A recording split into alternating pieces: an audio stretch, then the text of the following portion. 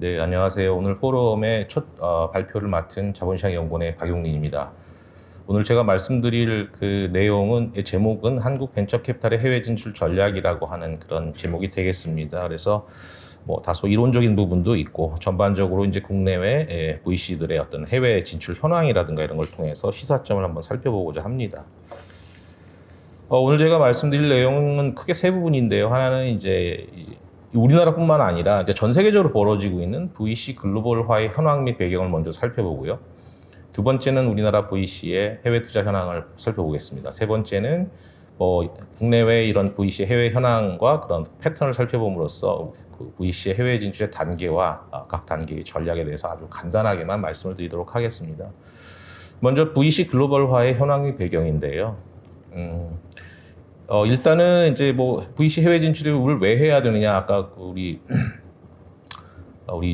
정유진 교수님께서 이미 말씀을 아주 잘 해주셨습니다만은, 일단 우리나라의 어떤 그 벤처 투자 생태계의 어떤 조성 정책이나 이런 것들을 보면 90년대 후반부터 이제 벤처 기업이라는 그런 말들을 쓰기 시작하고, 그다음에 그런 육성 정책이 지속이 되고, 2005년도에 이제 모태펀드가 설립이 되면서 벤처 기업 육성뿐만 아니라 벤처 캐피탈을 육성하자라고 하는 그런 정책적인 그런 노력이 이제 시작이 됐고요. 그래서 지난 20년간을 살펴보면 우리나라 벤처 캐피탈, 벤처 기업 이런 건 말할 것도 없고, 벤처 캐피탈이 아주 괄목할 만한 그런 양적 성장을 나타냈다, 이렇게 볼 수가 있겠습니다. 그래서 현재까지 상황을 보면 축적된 그런 투자 역량을 바탕으로 해서 이제 해외 투자 조합이라든가 그다음에 일부 역외 펀드의 결성과 같은 그런 가시적인 성과들이 이미 진행이 되고 있고요. 그런데 이제 이 정책 관점에서 살펴보면 우리가 이제 그간은 사실 주가 되는 거는 이제 스타트업의 자금 공급, 성장 지원이라고 하는 그런 역할에 방점을 둘 수밖에 없지만, 그리고 VC라고 하는 것이 이러한 역할에 있어서 보조적 역할, 자금을 공급하는 그런 역할에 머물러 있었다면, 향후 우리나라 스타트업 생태계 고도화를 위해서는 국내 VC의 글로벌화가 필수적이다, 이렇게 생각을 할 수밖에 없을 것 같습니다. 첫 번째, 이제 스타트업의 글로벌을 지향하고 있는데요. 이거는 VC의 글로벌화와 불가분의 관계가 있다, 이렇게 먼저 말씀을 드릴 수가 있고, 그간은 VC가 이런 보조적 역할에 머물렀다고 한다면, 지금부터는 어떤 VC가 금융산업의 하나로서 자체 성장 동력을 갖추고 해외 투자를 통해서 국부를 창출하는 그런 역할로 조금 확장될 필요를 고민할 필요가 있겠다라는 그런 부분들. 그리고 이제 지금 보면은 이미 VC 생태계 포함해서 모든 자본시장이 지금 글로벌리 다 개방이 돼 있는 상황에서 해외 VC 자금들이 국내에 많이 들어와 있고 많은 기여를 하고 있는데, 우리나라 VC들도 해외를 진출함으로써 이제 어떤 그 국경 간 크로스보더적인 그런 자본의 흐름이 좀 균형을 잡은 이런 모습이 필요하다, 이렇게 생각을 합니다. 실제로 해외 사례 좀 이따 다시 말씀을 드리겠습니다만은, 이게 이제 이런 현상이 사실 2000년대 들어서 이제 많이 이렇게 나타나고 있는데요. 이 결국은 뭐냐면 이제 자국 내 VC 시장이 성숙하면서 이제 수익 내기도 좀 어려운 측면도 있고 경쟁이 심화된 거죠. 그리고 이제 동시에 이제 해외 고수익 투자 기회가 많이 나타나면서 이제 이러한 해외 진출의 어떤 패턴이 아주 강하게 나타났다, 이렇게 말씀드릴 수가 있겠습니다. 그래서 미국 같은 경우는 선도 VC를 중심으로 해서 중국, 인도와 같은 고성장 지역으로 2000년대 들어서 이게 되게 뚜렷하게 나타났고요. 유럽은 원래부터 이게 굉장히 그 나라들이 전부 자그맣게 이렇게 분절이 돼 있는 구조라서 VC 시장이 각 국마다 규모가 작기 때문에 기본적으로 일찍부터 이제 유럽 내 타국 VC 시장으로 진출한 그런 사례들이 있습니다. 그래서 결국 종합해 보면 근데 이제 결론이라고 할 수도 있고 시사점이라고도 할 수도 있는데, 해외 VC의 그런 해외 진출의 어떤 성공 요인을 이렇게 문헌적으로 살펴보면 기본적으로 크게 네 가지 요소를 얘기하고 있는 것 같습니다. 하나는 브랜드가 있어야 된다. 두 번째, 네트워크를 갖추고 있어야 된다. 너무 당연한 말씀일 수도 있고요. 세 번째, 전문 분야를 가지고 있어야 된다. 그리고 지리적 밀착성, 그러니까 지리적으로 가깝고 연계가 있는 그런 곳에 해외 진출을 먼저 해야 된다라고 하는 그런 큰 시사점이 있다는 것을 일단 먼저 요약적으로 말씀을 드리고 싶습니다. 계속 같은 얘기가 되겠습니다만은, 이제 스타트업 글로벌화가 어떻게 보면 가장 정책의 주안점이고 생태계 발전에 위해서 근본이 되는 건데, 이거는 당연히 이제 어떻게 가능하냐면 기본적으로 이 선순환 구조입니다. 우리나라 스타트업 생태계가 글로벌 생태계에서 어떻게 대접을 받는가, 위상이 어떤가. 그렇게 되면 위상이 제고가 되면 자본 인력이 유입이 되고 다시 우리나라 시장 규모가 커지고, 그다음에 생태계 역량이 제고되고 다시 해외에서의 어떤 위상이 제고되는 이런 선순환 구조를 갖추는 데 있어서 필요한데, 결국은 이러한 그 스타트업의 글로벌화라고 하는 것이 궁극적으로는 VC의 글로벌화에 의해서 가능하다. 그래서 과거 지난 한 4-5년 더 됐죠. 한 7, 8년 정도 쭉 보시면 유니콘 기업도 국내에서 많이 이렇게 탄생을 했는데 이런 기업들이 유니콘 기업 탄생함에 있어서 해외 자본에 의해서 해외 VC에 의해서 이런 성장 지원이나 해외 진출 이런 부분들이 이건 우리나라뿐만 아니라 글로벌리 이런 현상들이 많이 나타난 것을 확인하실 수가 있겠습니다.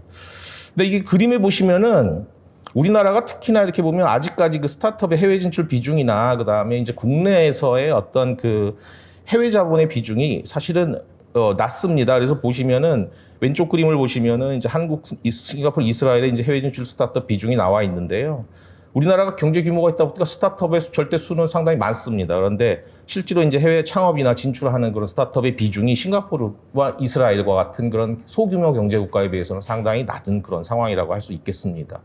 그리고 국내에 이제 투자된 해외 자본의 비중도 아직까지 많이 들어와 있습니다만 아직까지 전체 투자 규모에서 낮은 비중을 차지하고 있는데 싱가포르, 영국, 프랑스 이런 나라들은 우리보다 상당히 많은 자금이 투자가 돼 있다. 결국 뭐냐면 스타트업의 어떤 그 글로벌화를 위해서는 해외 자본도 많이 들어와야 되고 우리가 해외로 나가는 부분도 같이 크게 성장해야 되는 그런 부분들이 있다 이렇게 말씀드릴 수 있겠습니다. 일단 VC 투자가 뭐냐라고 하면 VC 투자가 과연 해외 진출이나 이런 거하고 맞느냐 생각을 해보면 잘 안 맞습니다. 원래 근본적으로는. 왜냐하면 VC나 뭐 P나 이러한 비즈니스, 사모 이런 투자들은 기본적으로 인적 자산이나 네트워크 자산이 굉장히 중요하고 이걸 벗어나서는 실질적으로 확장의 경쟁 스케일러빌리티가 원래 떨어지는 그런 투자 유형이 되겠습니다. 그래서 이런 그 글로벌화 추세가 있습니다만 본질적으로 자국 내 투자 비중이 굉장히 높은 그런 특징을 나타내고 있다. 그래서 지역성이나 지리적 근접성이라는 개념으로 보통 학계에서 설명을 하고 있습니다. 이것들이 왜 필요하냐? 당연히 딜소싱을 해야 되기 때문이고요. 그 다음에 모니터링을 하려면 떨어져 있어서는 상당히 효율성이 떨어진다 이렇게 볼 수가 있겠습니다. 그래서 두 가지가 VC 투자의 핵심이라고 할 수 있는데 이 두 가지 부분 모두에 있어서 지리적으로 떨어져 있으면 거리 비용이라는 게 발생을 한다. 이렇게 보통 얘기를 하고 있습니다.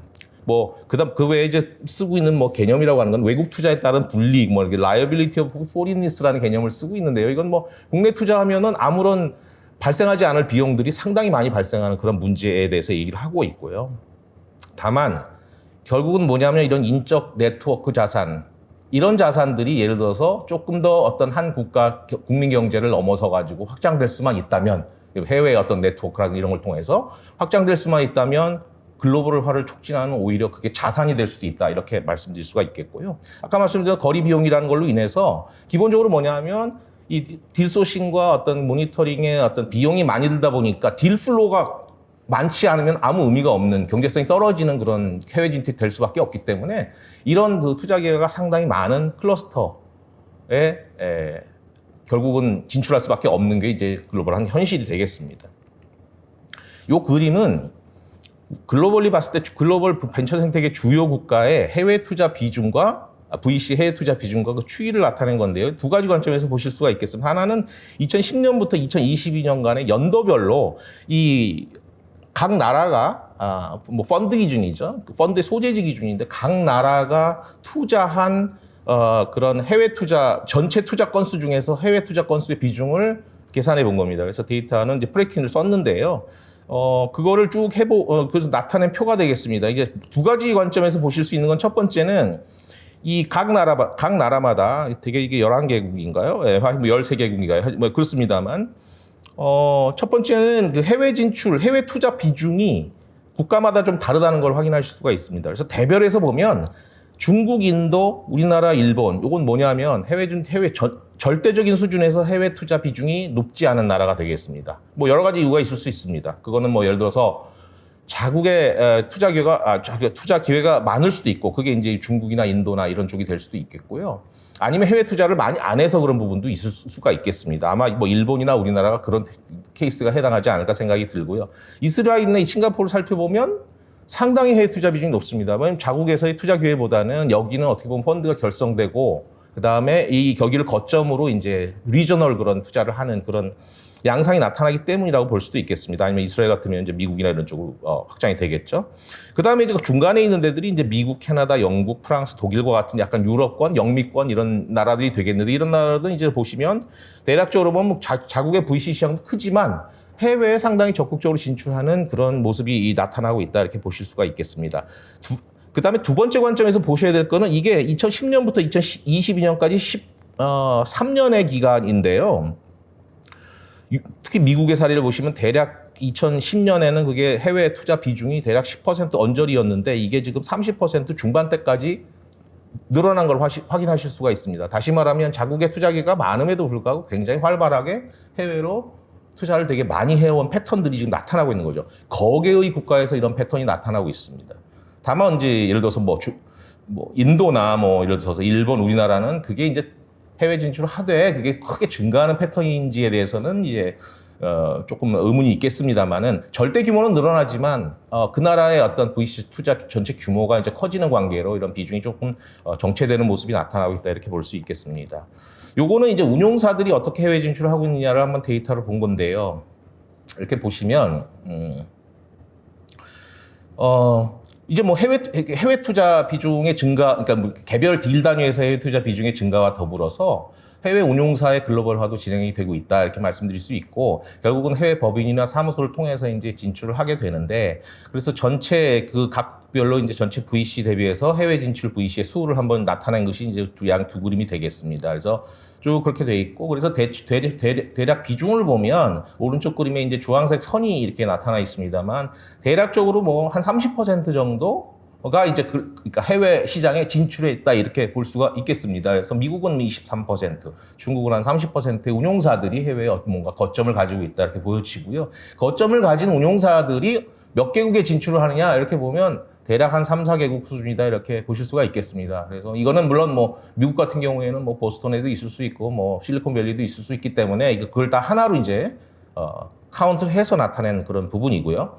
한국을 이제 살펴보시면은 오른쪽 그림이 되겠습니다만 우리나라는 기본적으로 평균적으로 한 3개 정도 나라에 나간다고 한다면 3개 정도 진출을 하고 그 다음에 이제 운용사의 비중은 해외의 주요 국가, 뭐 싱가포르 이런 나라들보다는 조금 낮은 그런 수준을 나타내고 있지만 그렇다고 해서 뭐 절대적으로 우리가 해외 진출을 안 하고 있다 그런 얘기는 아니라고 할 수 있겠습니다. 요거는 뭐냐면은 이제 해외 진출의 배경에 대해서 잠깐 뭐 말씀을 드리는 건데 아까 모두 말씀을 드렸지만 이게 해외 진출이라고 하는 게 글로벌 VC의 어떻게 보면 국제화 또는 글로벌화라고 하는 이 현상이 2000년대 초반 이후에 이제 기술주 시장이 붕괴되고 나서 이제 서서히 극복이 됐거든요. 그러면서 인도와 중국 이런 고성장 신흥경제가 나타났고, 그래서 미국이 주로 이제 이런 그 해외 진출을 아주 주도적으로 했던 그런 사례가 있습니다. 그래서 뭐 굳이 얘기를 하자면 뭐 조금 딱딱한 얘기가 되겠습니다. 푸시 팩터하고 풀 팩터가 있습니다. 그러니까 그 해외로 나가게 된 밀어내는 요인은 뭐냐 그러면 기본적으로 이제 아까 말씀드렸듯이 자국의 어떤 그 VC 시장의 성숙과 경쟁 심화가 이제 기본 요인인데, 근데 또 한 가지 보조적인 요인으로는 일단은 이런 미국 VC들이 브랜드가 이미 축적이 돼 있어요. 그래서 이 VC들의 돈을 받는 걸 굉장히 선호하고, 그러니까 어떻게 보면 여러 가지 측면에서 이제 유리한 환경이 조성이 되는 거죠. 두 번째는 이제 개방형 혁신형의 어떤 그런 M&A들이 굉장히 활성화되고, 이런 뭐 테크 기업들이 많이 늘어나면서 글로벌 회수 시장이 성장을 했습니다. 세 번째는 연기금과 같은 그런 어떤 LP 자금들, 그 자금원이 출자를 지속적으로 늘리면서 결국은 그 확장할 수 있는 그런 하나의 환경을 조성해 줬다라고 볼 수가 있고요.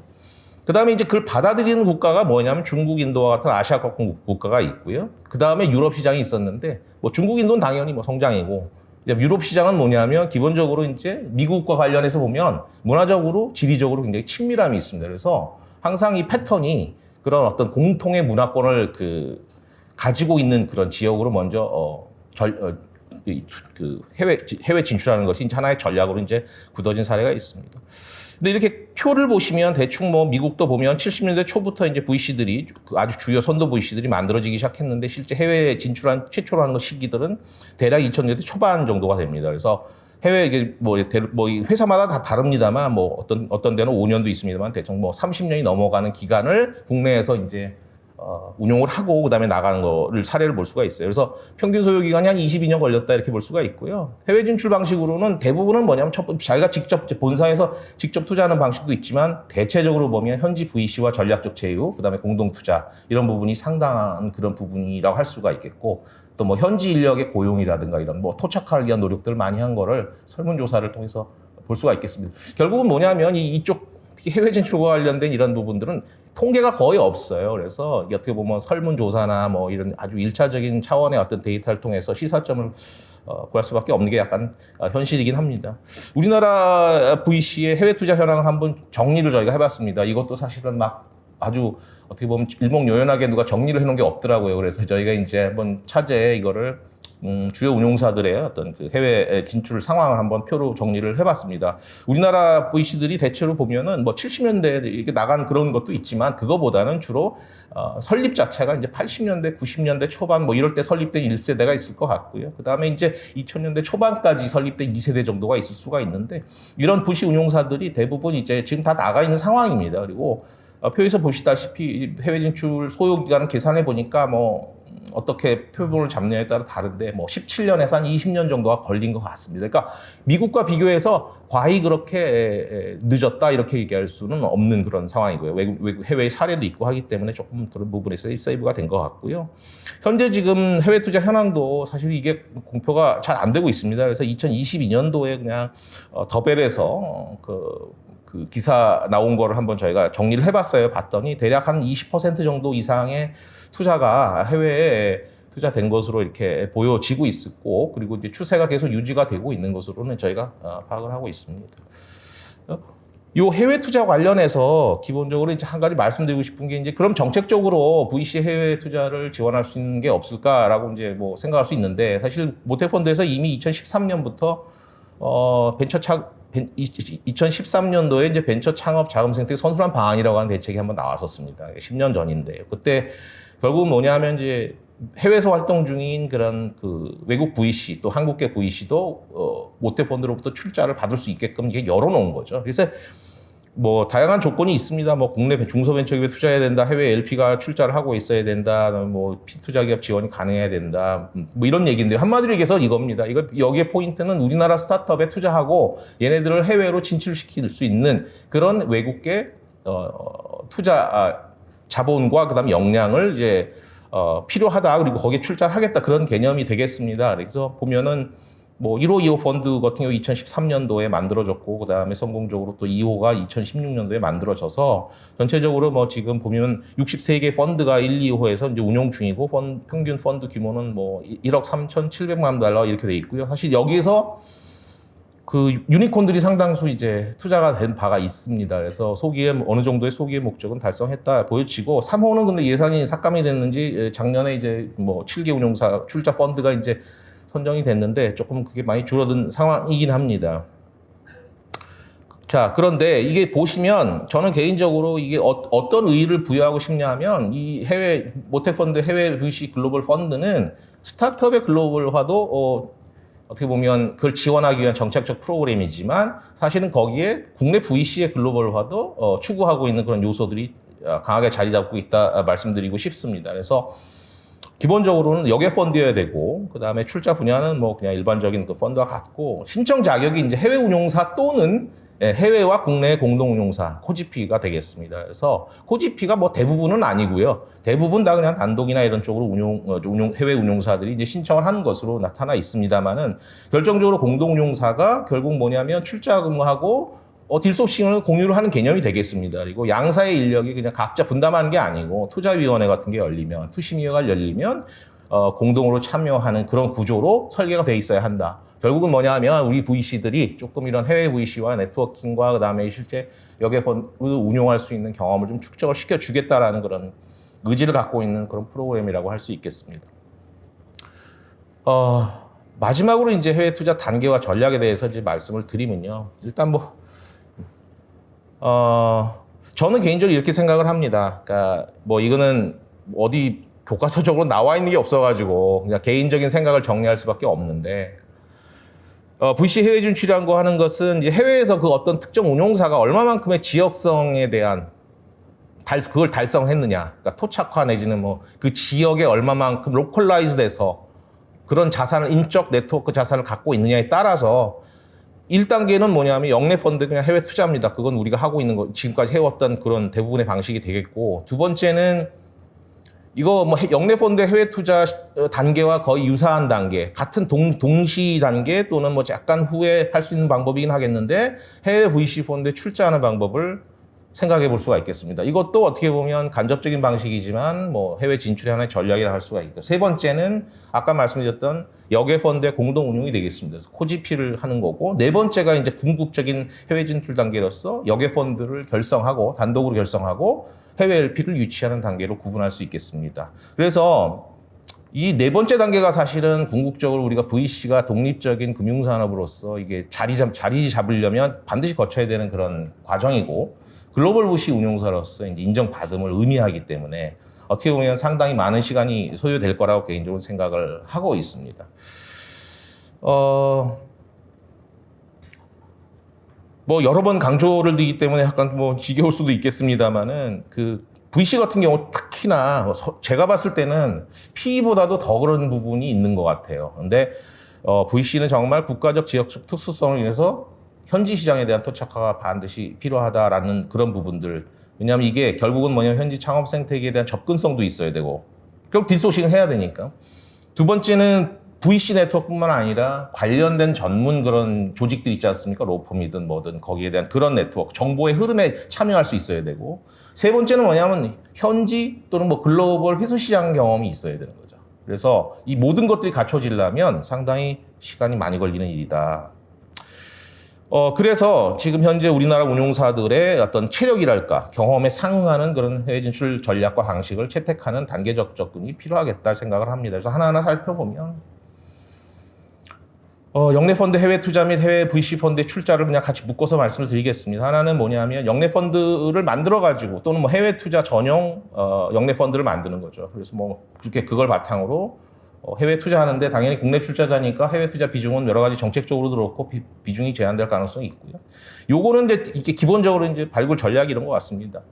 우리나라 스타트업 중에서 해외 진출하고자 하는 그런 스타트업이 있거나, 또는 국내와 인적 네트워크가 형성된 해외 스타트업이 있을 겁니다. 그 다음에 또 해외 VC 네트워크를 통한 투자 대상 발굴이라든가 이런 것들이 있을 수 있고요. 아마 이 단계는 성장 후기 단계 투자를 해야 될 것 같고요. 왜냐하면 일반적으로 해외 진출 초기 단계부터 초기 투자를 하는 경우는 거의 없고, 실질적으로 이제 성장 후기 단계에서 이제 안정적인 그 수익률을 노리는 것이 일반적이라고 생각을 할 수가 있겠습니다. 그래서 이때는 수익에 치중하기보다는 1단계에서는 뭐 현지 투자 환경 파악, 트랙 레코드, 해외 GP 네트워크 구축에 주력하는 게 필요하고, 대부분의 경우에 이 경우는 이제 현지 사무소 설립이 일반적인 그런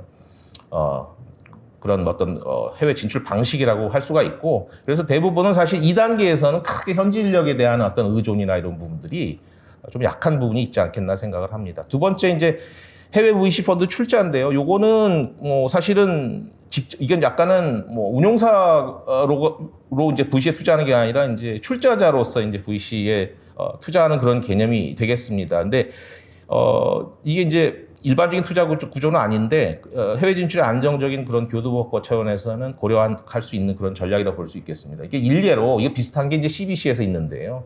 CBC도 보면 기업이 예를 들어서 벤처 투자 시장에 뭔가 익스포저를 가져가고 싶을 때 여러 가지 방식이 있습니다. 직접 뭐 100% 자회사 만들어서 하는 방법도 있지만, 아주 그런 부분에서조차 이제 준비가 안 돼 있는 기업들은 보통 VC의 출자를 통해서 이제 이 경험을 쌓는 그런 사례들이 많이 있거든요. 해외가 그렇고 우리나라도 이제 마찬가지로 그런 일이 벌어지고 있고, 또 한 가지는 이제 이게 또 나름 의미를 갖출 수 있는 것은, 운용사가 지금 출자자가 되다 보니까 이 운용사도 이제 운용의 경험이 있기 때문에 특별하게 이제 이 해외 운용사가 운용을 함에 있어서 여러 가지 지원을 줄 수 있는 그런 요소들이 있어서, 이게 이제 일반 협력형 VC 모형이라고 하는데, 이런 부분이 있기 때문에 또 나름 구조가 갖춰질 수 있는 정합적인 모델이라고 이제 생각을 하고 있습니다. 그래서 우리나라 일부 VC 운용사들도 이런 방식을 통해서 해외 진출을 좀 도모하고 있는 걸로 좀 알고 있고요.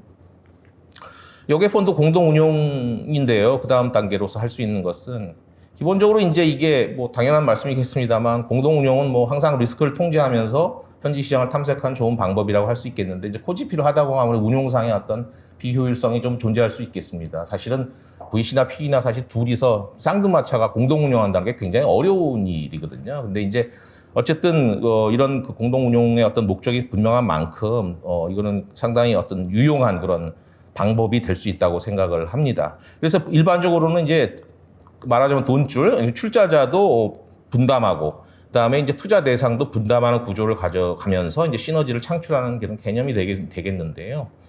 이게 사실은 이런 뭐 매칭 펀드라는 구조를 쓰기도 하고 공동 운용이라는 쓰기도 하는데 보통 보면은 어떤 양국의 GP가 기본적으로 어떤 쌍무적인 그런 통상관계가 있는 두 국가나 그래서 여기에 일종의 법은 그 어떤 가치의 흐름이 있는 그런 양국 또는 지역 이런 쪽과 관련해서 이제 비즈니스 투자 기회를 창출하는 거죠. 또 이민자와 같은 그런 인적 교류 기반을 갖춘 그런 국가 간의 어떤 이런 투자 대상을 발굴하는 전략으로 되겠습니다. 그래서 이제 뭐 크로스 투자를 하기도 하고 하기도 하는데 결국 아까 말씀드렸다시피 이제 뭐 딜소싱이나 가치를 위한 어떤 사후 관리, 위험 관리도 하고 그다음에 공동으로 이제 투자 심의에 참여하는 그런 방식이 되겠습니다. 근데 제가 강조하고 싶은 거는 요겁니다. 요거는 사실 요거 관련된 어떤 성과, 각 투자 전략의 성과에 대한 어떤 데이터가 없는데 이거는 어떤 해외에서 이렇게 제가 보니까 이 해외 진출과 관련해서 가장 성과가 우수한 펀드 운용 방식이 공동 투자라고 합니다. 이게 무슨 얘기냐면 원래는 자국 내에서 공동 투자는 그만큼 뚜렷하게 이제 공동 투자의 효과가 이렇게 두드러지지 않은데 이 해외 투자만큼은 그러니까 해외 진출만큼은 양국이 워낙 차이가 어떤 역량에 있어서 어떤 뭐 시너지가 창출될 수 있는 가능성이 많기 때문에 가장 좋은 그런 결과를 산출한다라고 하는 게 이제 그 통계적으로 나와 있고요. 여기서 이제 현지 VC 시장에 대해서 이해가 확대되고 네트워크가 축적이 되면 현지 시장 중심으로 그런 전략을 전환할 필요가 있겠다. 이 여객 펀드 공동 운용이 아까 말씀드린 대로 우리나라 VC가 글로벌화할 수 있을 때 어떻게 정책적으로 지원할 것인가라는 부분에 이제 여기 딱 고리가 되는 부분이라고 할 수 있겠습니다. 사실 여객 펀드를 결성하고 그다음에 해외 LP 모집하는 거에 정책적으로 개입할 수 있는 여지는 거의 없기 때문에 아마 요 단계까지가 국내 VC를 글로벌화 시키는데 우리가 좀 정책적으로 초점을 맞춰야 될 그런 분야가 아닌가 이렇게 개인적으로 생각을 합니다. 마지막으로 이제 여객 펀드 결성과 해외 LP 유치인데요. 기본적으로 해외 진출의 완성은 현지 LP 또는 글로벌 LP의 자금 유치를 통해서 펀드를 결성하는 겁니다. 이게 이제 왜 필요하냐라고 생각해 보면 운용사 입장에서는 뭐 여러 가지 여기 일종의 뭐라고 해야 되나 혜택이 있다고 해야 되나요? 일단 모든 그런 뭐 출자 계약이라든지 이런 것들이 글로벌 스탠다드에 부합하는 출자 계약을 갖게 되고 아무래도 글로벌 시장은 우리나라 시장보다는 확실히 GP가 좀 아무래도 이제 시장이 오래되다 보니까 GP가 강한 힘을 좀 가지고 있는 시장 같습니다. 그래서 GP가 운용하는 데 있어 효율성을 개선할 수 있고 그다음에 운용의 안정성이라든가 그러니까 결국 더 커지고 국제적으로 인정을 받으면 성과도 더 좋아질 브랜드도 쌓이고 성과가 더 좋아질 수 있는 그런 선순환 구조에 이제 들어가게 되는 거라고 할 수 있고요. 또 한 가지 중요한 건 뭐냐면 글로벌 LP들을 유치해야 되는 이유 중 하나가 출자 경험이 많은 해외 LP 같은 경우에 GP를 상당히 많이 지원하는 그런 역할이 있습니다. 그래서 원래 사모펀드라고 하는 것이 LP가 뭐 GP의 뭐 투자나 이런 펀드 운용에 관여하는 그런 개념은 아닙니다만 기본적으로 지원은 할 수 있고요. 그래서 협력형 모형에서는 이제 뭐 LP가 이렇게 지원할 수 있는 그런 최근의 패턴들이 나타나고 있는 그런 모습들이 있고, 그 다음에 실제 연구 결과를 보면 이게 중국에서 이제 나온 그 연구긴 한데요. 이 포트폴리오 기업의 해외 진출에 해외 LP, 글로벌 LP가 긍정적인 영향을 미친다는 그런 연구가 있습니다. 그래서 이 부분이 굉장히 중요하고, 뭐 기본적으로는 여객 펀드라고 하는 자체가 현지 통화로 결성하다 보니까 이제 환 리스크가 없다라는 거고, 그런 부분에서 이제 뭐 장점이 당연히 있는 거고, 그 다음에 중국 같은 경우 이제 내국인에 준하는 그런 수준의 규제로 이제 완화가 되는 그런 효과가 있습니다. 그래서 여러 가지로 그런 장점이 있다 말씀드릴 수 있고, 이 단계에서는 당연히 이제 현지 법인 형태의 투자관리 회사가 당연히 필요합니다. 그래서 그런데 이제 현지 전문 인력, 그다음에 현지 고용자로 해서 토착화가 필요하고, 다만 이제 본사와 그다음에 이제 현지 인력 간의 균형을 어떻게 가져가느냐라고 하는 게 이제 좀 이슈가 됩니다.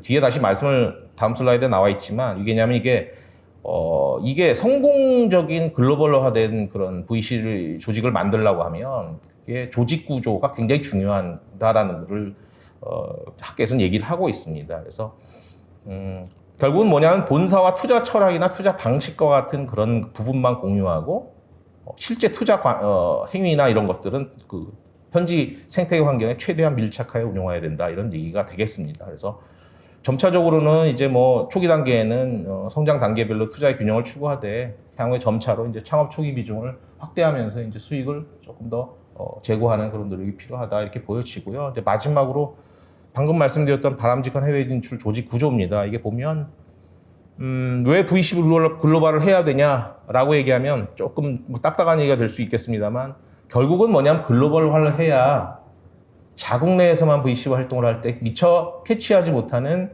해외 글로벌 기술 동향이나 시장 환경에 대해서 정보 습득과 학습이 가능하다는 거고 이게 어느 특정 지역에서 성공했던 여러 가지 투자 방식이나 노하우가 이게 다른 지역 투자에도 공유가 되는 거죠. 그러니까 시너지가 그런 부분에서 나는 게 있습니다. 그래서 이게 이른바 뭐 파급 효과라고 할 수가 있겠는데요. 그래서 이제 VC 글로벌화가 또 필요한 부분이 있겠고, 그냥 간단하게만 말씀을 드리면 이 해외 진출 효과를 극대화할 수 있는 조직 구조는 뭐냐 그러면 투자 철학, 조직 문화, 성공 노하우가 전체 조직 내에 공유되는 가운데 각 지역 투자 조직 운영의 자율성이 최대한 보장되는 구조다라는 다소 추상적인 얘기가 되겠습니다만 실제로 이게 왜 필요하냐 하면 뭐 현지화는 아까 계속 말씀드렸고요. 이게 VC 운용사가 성공하는데 되게 중요한 요인이 뭐냐면 뭐 좋은 물건을 발굴하는 것도 중요한데 결국 뭐냐면 트렌드가 계속 변하기 때문에 이 트렌드 변화에 대응해서 얼마만큼 전략을 수정하는 능력을 갖추고 있느냐.